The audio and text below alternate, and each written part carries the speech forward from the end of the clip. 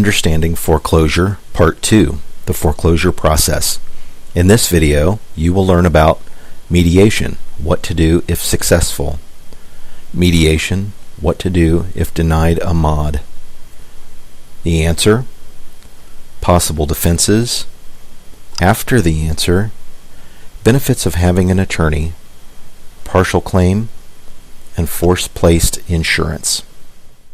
So what happens if you're successful at mediation? Well, what does that mean? Understand the details. Like I said, the devil's in the details. Make sure you understand it. When you make the first payment, when you get a modification, lots of times what happens is the place where you make that payment changes. You don't send it to the same spot. You don't send the same amount of money in the same spot. How should I send it in? Certified check? What form do they request? And also, when is it due? Now, it's not when it gets in the mail. It's when it has to be in their office by a certain date. You have to make sure you make these payments and you make them on time, when and where they ask for you to make them. Because the last thing you want to do is, after getting a modification, saying, oh, well, you didn't submit it to the right place. You won't get a third chance. So be careful with that. Is there a down payment to be made?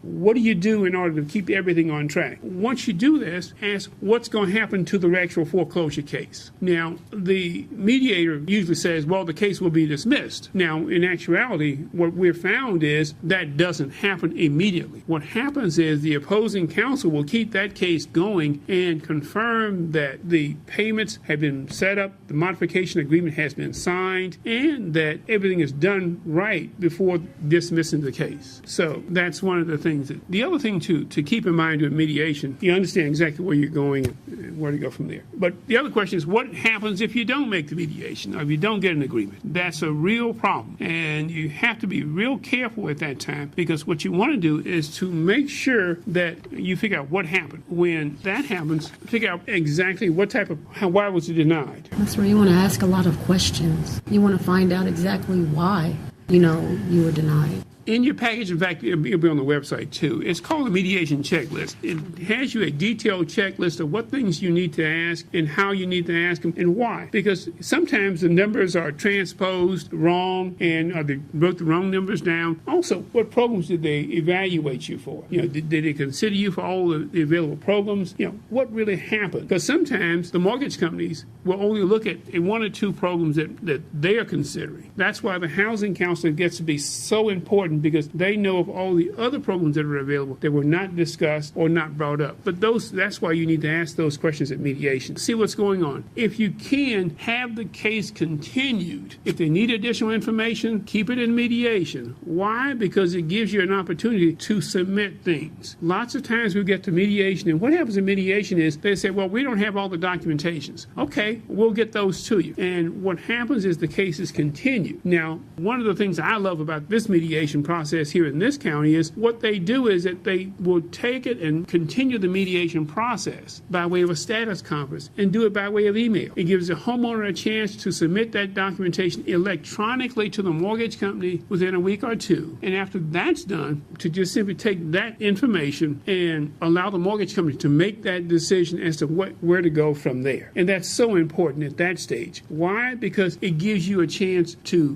get that information in, and case stays in mediation, and you send documents to the opposing counsel, and also you send documentation to the mortgage company and also the mediator, because you want to keep them informed as to exactly where you are in the process. So that's why it's important. We want to give you every opportunity to get that modification, and at the same time to stay, keep the case stayed in that form. So it's understandable. So the other question is, find out what's going to happen. And one of the things I want to bring up too is that, when is the answer due? I've had cases in mediation that were continued or stayed for 120 days, but the case was still in mediation at 120 days, and an answer became due.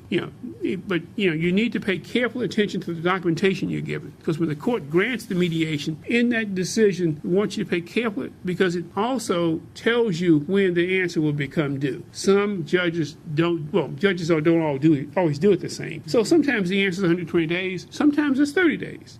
So knowing when that becomes due, you know when you need to take the necessary action to go forward. Again, your answer is usually due within 28 days after the complaint is being served. The request for mediation extends the answer date and to delay the time. As I said, 120 days, sometimes the judge grants 30 days after the mediation is concluded. So it's so important to keep it abreast as to what's available and what needs to be done. Also, during this process, we want you to continue to work with the housing counselors, because we've had the problem sometimes of homeowners. They say, well, I'm at mediation now, but the housing counselor continues to work with you. Why? You get the mediation and say, well, we can't do that. What's the options? I think, Carol, your office has a wonderful plan. First of all, we do offer foreclosure prevention workshops at Homeport. We also offer one-on-one counseling sessions. So if you find yourself in a predicament where you are dealing with a foreclosure, or a foreclosure is on the horizon somewhere, we welcome you into our office. We welcome you to give us a call at 614-221-8889, extension 134, and they would be glad to schedule an appointment for you for whichever session is most appropriate. And we can walk you through the entire process of helping you to avoid foreclosure. Everything from just coming in and learning about some of the rules and some of what goes on to putting together a budget for you, helping you to understand where is your money going. Because sometimes when we get in these situations and these positions, we tend to end up in a fetal position, just not wanting to deal with any of it. We're not answering our mail, we're not answering our phone. We just don't really want to deal with it. And we try to help you come out of that position and begin to face things as they need to be. But again, we offer the budget assistance.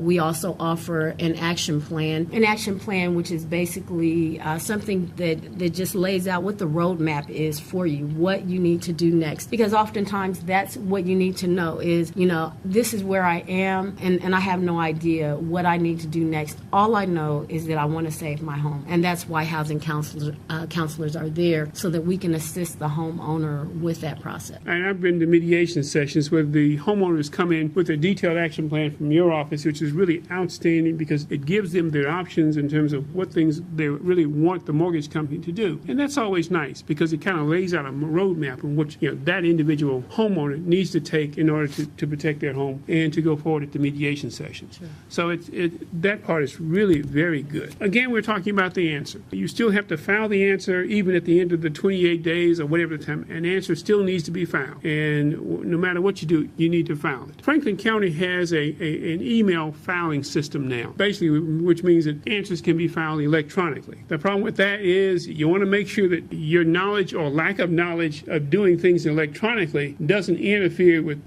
you being able to keep the home. And that's a crucial thing. So one of the things I always tell people to do is, what I always tell homeowners to do is make certain, if you're going to do it, call their office. Let me give you the phone number down at the Franklin County Clerk of Court's office. It's 614-525-3621. I'll repeat that again. That is 614-525-3621. And what you want to do is confirm that they received it. Or if you like so many folks, if you goof it up sometimes, like I even do, I call. Now, I did something wrong. What did I do wrong? How did I correct it? And that's so important because the last thing you want to do is to lose your home. Why? Because my computer skills were not up to where they needed to be. Your home is too important at this stage. So it gets down to what do you do in the answer. Make sure you submit the answer. You have to respond to the complaint. And responding is not whether you owe the money. You're supposed to admit or deny the claim. Clearly enough, and really some defenses. If you go to the Legal Aid website, we'll have some form answers. They will be available to you. And I tell people, when you filing an answer, you have to understand that how many people know exact to the penny how much money they owe? No one. So the amount that's being projected to you, you have no idea whether it's right or wrong. Okay, and that's an important issue. So you have to understand that. The next thing is their defenses in terms of FHA defenses. FHA defenses requires that if you live within 200 miles of any office that they have, that they would contact you and ask you to come in for a face-to-face meeting. And most, to 99% of the cases, the mortgage company never does that. Never does. And it's a defense that would allow you to say, listen, Judge, they didn't do this. And as such, they are not allowed to obtain a judgment against you at this time. They can dismiss it, but they can refile it, after they follow through the right process. Now, you have to be in a position to contest it. Why? Because the language in their document says, we comply with all the rules. Well, what did you you do? Well, I don't know what we did, but we complied with them. Now, that's your time to say, listen, they didn't do it. They didn't contact me and ask for a face-to-face meeting. As such, they're not able to go forward. The next one is a real party in interest. The real party in interest is it's a funny one, and if you don't understand the concept, when you go to file a mortgage, or obtain a mortgage, you go into the bank, you write out a loan, and then you make your payments back to the same mortgage company. What you don't realize is that when you first went into that mortgage company and you wrote the loan out, they took that loan and sold it to someone else. They kept the servicing of it. So it appears as though they're the same company who still owns it, but that's not the case. So that's something that they have to prove before they're able to go forward. So the state Supreme Court says they have to own it and also have possession of the note before they file the lawsuit, or at the time they file a lawsuit. Without it, they cannot go forward. That's one of the defenses. After the answer is filed, make sure you check online. There's a form in here that you can access to the internet, and it's just how to check your docket. We'll post this also on the website. It gives instructions of where you can go to get access to the website. What that does, it allows you to see what documents have been filed. Also, they're in a PDF format. If you click on that PDF format, the document itself would appear at no charge to you, and you can print it out and know exactly what's been filed at that stage. And that part is really good, because sometimes you can go back and take another look at other documents you didn't get or you're not really sure of, and that part is really critical to making sure that you ever follow the process. That's an excellent tool. We've had homeowners who have actually been up for a share sale and they were homebound. They couldn't really get out of their home to go and try to get these documents. But I tell you, just being able to get online and be able to see that docket, and they could see where their foreclosure sale, their share sale was actually dropped. So you can see all of that type of information on the docket. Every single thing that is going on in the homeowner's court case, foreclosure case, is all listed on that document. So that is an excellent tool. Make sure you respond to any motions that the bank make. So it's really important, especially if they try to go for a default and you know that you filed an answer or have some action in terms of being able to refute that action as well. You might want to conduct discovery to help support your claims, and just find out what's going on. At this stage, I always try to get homeowners to, if you can, get an attorney. Why? Because once you start getting beyond the mediation process, it gets to be extremely technical. And there are pitfalls out there that can really fall into that the normal homeowner is completely ill-equipped to master. So that's a stage when you find yourself at that point, make sure that you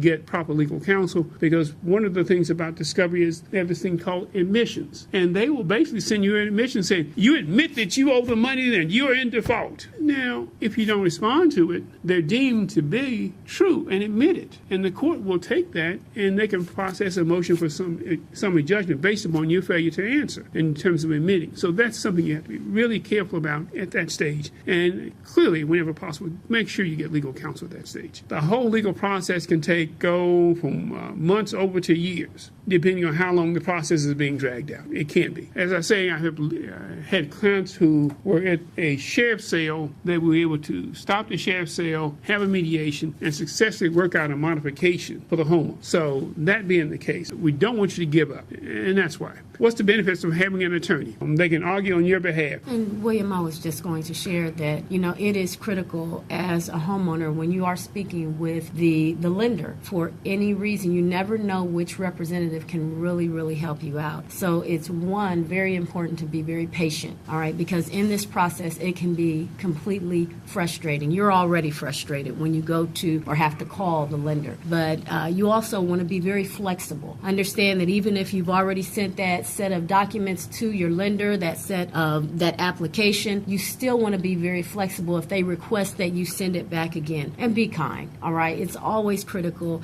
to treat others as you would have them treat you. Be very kind with them, because, again, you never know when you need that person, and that person holds the key to getting you to that next level of help and assistance that you need. Another thing I've learned to do is that, we find ourselves in difficult situations. When it comes to your mortgage, you have an opportunity to speak with one of the representatives at the mortgage company. And if you do your job well enough, the person you're working with can help you process it. How am I talking about? Sometimes the person on the phone takes it to different underwriters. If they like you, they know which underwriters are good, that approve them. They know which ones that disapprove them. They like you. You're going to make sure your application gets to the underwriter who will approve it. You understand? That's a wonderful advantage. Make sure you take full advantage of it. These are just some of the things that lawyers can do in terms of giving you ideas of how to do things. In addition to identify defenses, navigate you through the course, and also, of course, the non-legal resources. This brings us to the other concept of partial claims. For those of you who are not able to participate in the Save the Dream program, you're looking for additional resources to help make up for those missed payments. And a partial claim, what's a partial claim? A partial claim is like you have private mortgage insurance. That's not homeowners insurance. That's private mortgage insurance. That's for the 20% that you don't have the 20% down payment. It allows you to pay that insurance. And what does insurance do? It pays the 20% in case you can't make it or if you should default. Pays your lender. It pays the lender, not you. But the private mortgage insurance will say, listen, we're on the hook for 20%. Now, if we give the client enough money to make up that amount, to become current, we save ourselves from paying the full amount. And that's an additional source that can be really helpful in assisting you in keeping your home. Now, we have FHA, VA, all of these insured mortgages have that built in. Otherwise, it's looking for a straight private mortgage insurance plan. And that's what you're trying to do. Force-placed insurance. Oh, my goodness. Force-placed insurance. How many people here know what force-placed insurance might be? Well, if you ever bought a new car and didn't have insurance on it, and the bank realized you don't have insurance, they will put their own insurance on it and then bill you for it. But their rate of insurance is, let's say, 4 times or more higher than what you would pay. It only covers the vehicle. In this case, it would only cover the home, not your personal contents, just the home. If there's any type of loss to the home, they would get paid. Your private stuff in there would not be covered.